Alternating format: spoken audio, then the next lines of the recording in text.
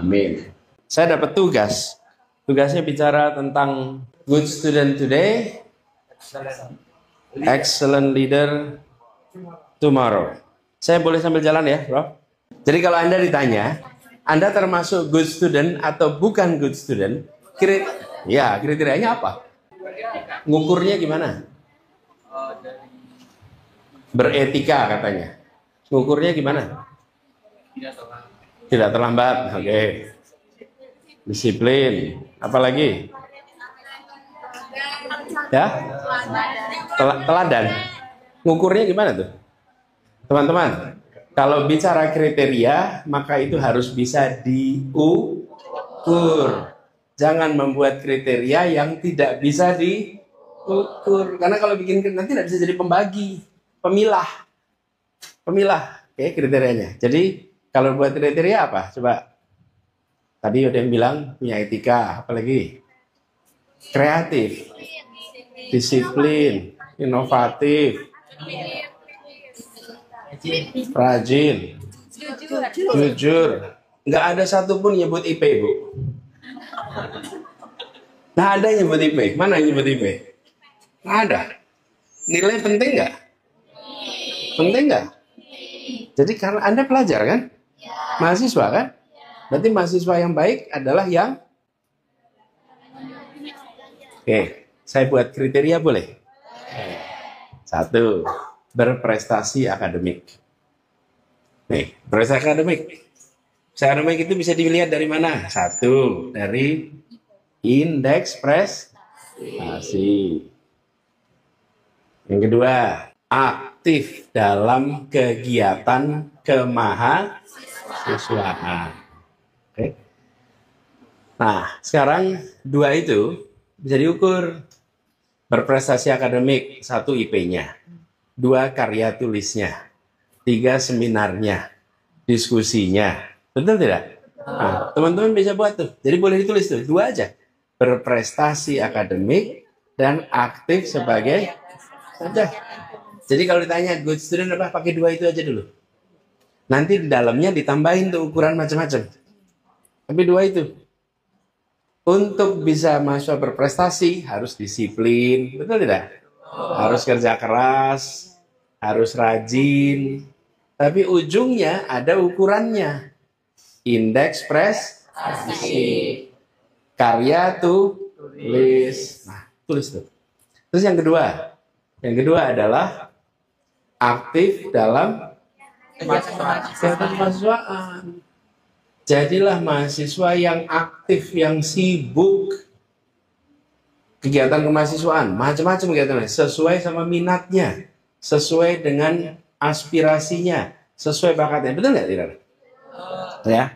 Nah, di sini, teman-teman, kegiatan kemahasiswaan itu bisa banyak. Semua aktivitas kemahasiswaan itu boleh diambil sesuai minatnya. Saya pernah ketemu situasi tanya gini, Pak Anies, kalau saya ikut paduan suara bermanfaat nggak ya kira-kira?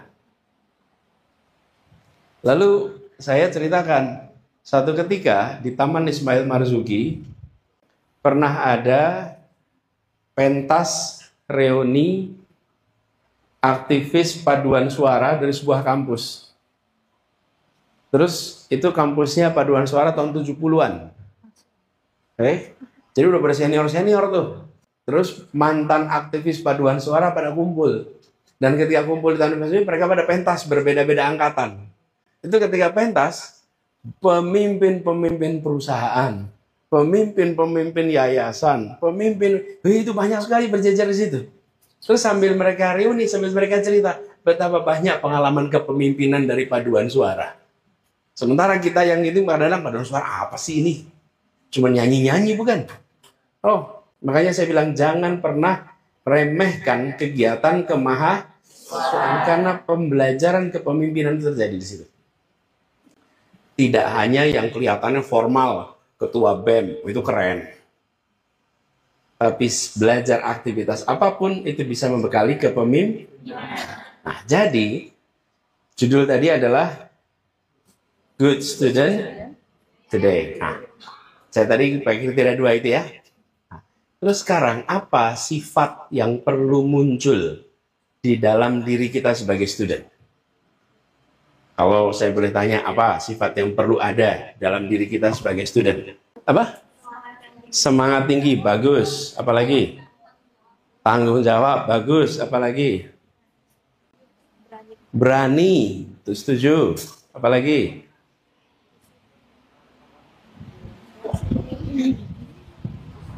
Apa? Disiplin, boleh. Apalagi? Saya boleh usul sifat yang perlu muncul. Rasanya ini sifat yang boleh untuk semuanya. Namanya pembelajar. Sifat terus ada. Pembelajar. Karena kalau kita punya sifat pembelajar, maka kita akan mau dan mampu mengambil manfaat dari dua track tadi. Track kegiatan akademik dan kegiatan sifatnya apa? Pembelajar. Pembelajar. Kalau pembelajar, artinya apa sih kalau pembelajar itu? Dia mau mempelajari yang baru dan dia mau meninggalkan yang usang. Dua ya, pembelajar itu bukan hanya belajar yang baru, tapi mau meninggalkan yang usang. Dua itu. Kalau ada sifat itu, insya Allah masa kuliahnya menjadi penuh pengalaman. Tapi kalau tidak ada sifat pembelajar, masa kuliah jadi perjalanan. Tidak jadi pengalaman. Ada bedanya nggak tuh? Oh, ada. Apa bedanya perjalanan sama pengalaman? Perjalanan ya udah cuma dijalani aja. Kalau misalnya pengalaman, kita bisa dapat banyak pengetahuan yang baru, terus kita juga bisa menginspirasi orang lain. Betul. Diulang.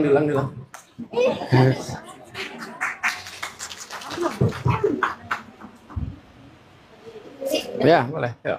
Langsung aja. Kalau perjalanan itu kita hanya menjalani apa yang ditugaskan misal dari kampus suruh menjalani ini, ya udah jalanin aja gitu tanpa ada pengalaman. Nah kalau misalnya pengalaman itu kita jadi mengetahui banyak hal atau mempelajari banyak hal baru dari pengalaman tersebut dan bisa menginspirasi orang lain. Gitu.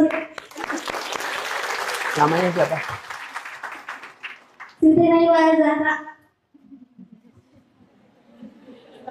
Panggilannya? Panggilannya saya. Ya enggak lah. Oh, panggilannya siapa? Naila. Tuh, Naila udah cerita tuh. Pengalaman dengan teman-teman mahasiswa semua. Banyak sekali di antara kita yang menjalani tanpa mengalami. Karena tidak ada sifat tadi. Namanya apa? Pembelajar. Kalau ada sifat pembelajar, apapun yang dijalani berubah jadi pengalaman. Tapi kalau nggak ada sifat pembelajar, ya jalanin aja. Saya beri ilustrasi ya. Saya mau merekrut pengemudi.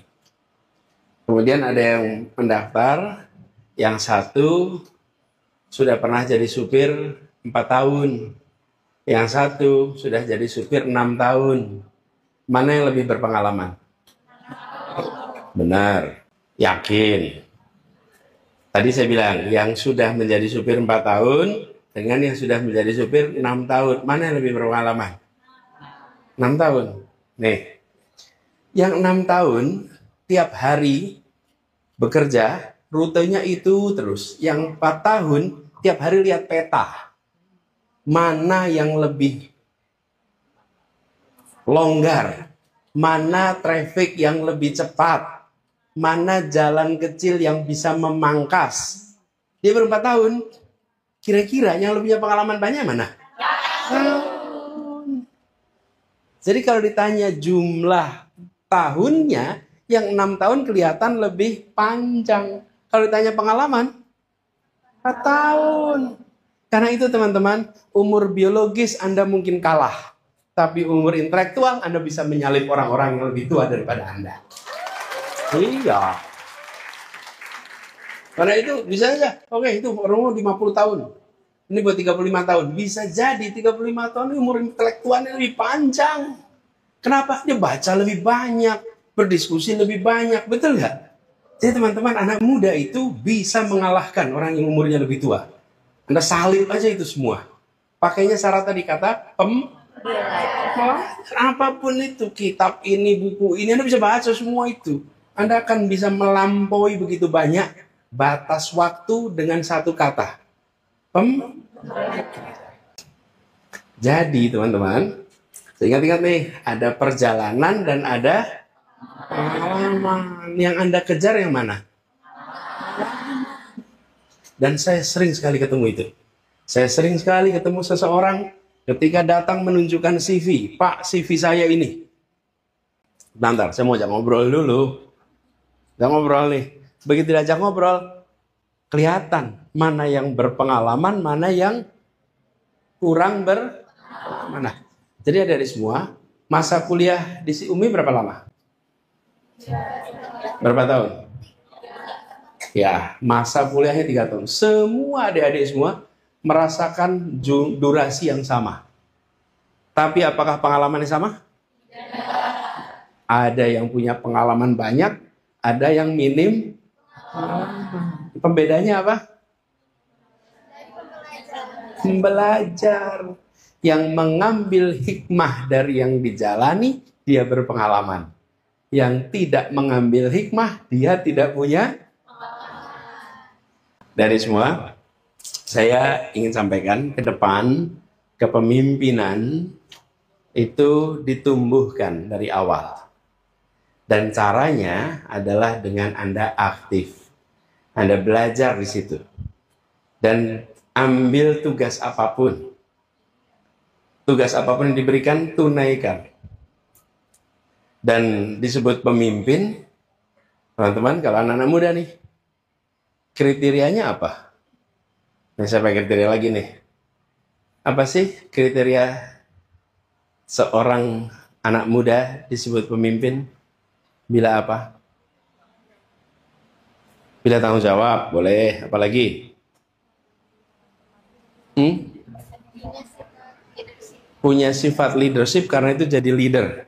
Dipanggilnya leader. Ya, oke. Apa lagi? Bijaksana, boleh. Apa lagi? Apa? Hah? Berpikir kritis, bagus. Apa lagi? Disiplin, bagus. Apa lagi? Apa yang membuat Anda disebut pemimpin? Karena tadi bilang tanggung jawab, berpikir kritis, bijaksana. Itu semua adalah kriteria pemimpin baik. Tapi disebut pemimpin itu bukan karena itu. Kalau Anda bijaksana, otomatis pemimpin? Enggak. Anda tanggung jawab, otomatis pemimpin? Enggak. Anda punya kemampuan berpikir kritis, otomatis pemimpin? Tidak. Jadi apa yang buat Anda disebut pemimpin? Hanya satu. Jika Anda diikuti. Jika ada yang mengikuti. You are a leader only and if only you have follower. No follower, you no leader. Jadi yang membuat Anda disebut pemimpin kalau apa? Ada yang mengikuti. Ke masjid. Ada mihrab di masjid itu. Betul nggak? Itu tempatnya siapa? Imam. Nah, saya sholat di situ. Bisakah saya disebut imam? Bisa. Nah, itu dia. Bukan karena saya berada di mihrab. Tapi kenapa saya disebut imam? Ada makmum. Ada makmum, mau di mihrab ataupun tidak. Kalau ada makmum, sebutnya apa? Imam. Jadi yang bikin saya disebut imam siapa? Makmum. Itu dia. Jangan sekali-kali kita menganggap remeh makmum itu. Karena tanpa makmum tidak akan jadi imam. Bisa dibilang imam. Nah, kita sering menyebutnya imam yang baik. Betul nggak? Bacaannya tartil. Betul nggak? Tumak ninah. Itu imam yang baik. Tapi sebut imam kalau jadi ketua preman di terminal, itu pemimpin bukan? Pemimpin yang baik bukan? Nah, itu dia. Tapi kriteria pemimpin masuk bukan? Nah, sekarang kita bicara pemimpin ke depan. Dari sekarang, mau jadi pemimpin berarti Anda harus diikuti secara suka rela, pikirannya, tindakannya, ucapannya. Sederhana, bukan? Jadi, anak muda itu disebut pemimpin bukan karena punya jabatan. Dia disebut pemimpin karena dia diakui oleh sebayanya. Kalau dia diakui sebayanya, maka dia bisa disebut sebagai pemimpin. Kalau dia tidak diakui sebayanya, maka tidak disebut pemimpin. Banyak tidak anak yang kelihatannya prestasinya menonjol, tapi nggak diikuti teman-temannya? Banyak nggak teman-teman tidak punya prestasi banyak, tapi diikuti teman-temannya? Iya, kita sering tuh ketemu. Itulah bibit leadership. Nah, teman-teman, kalau mau belajar leadership, maka mulailah dengan memiliki tanggung jawab, memimpin sebayanya dengan sifat sikap setara. Karena Anda adalah mahasiswa. Belum ada tuh struktur, belum ada. Kalau di organisasi sudah ada tuh. Ada pemilik, ada profesional. Nah, itu mereka tuh ada struktur. Tapi kalau mahasiswa belum ada. Jadi teman-teman, kembangkan itu. Terima kasih. Assalamualaikum warahmatullahi wabarakatuh.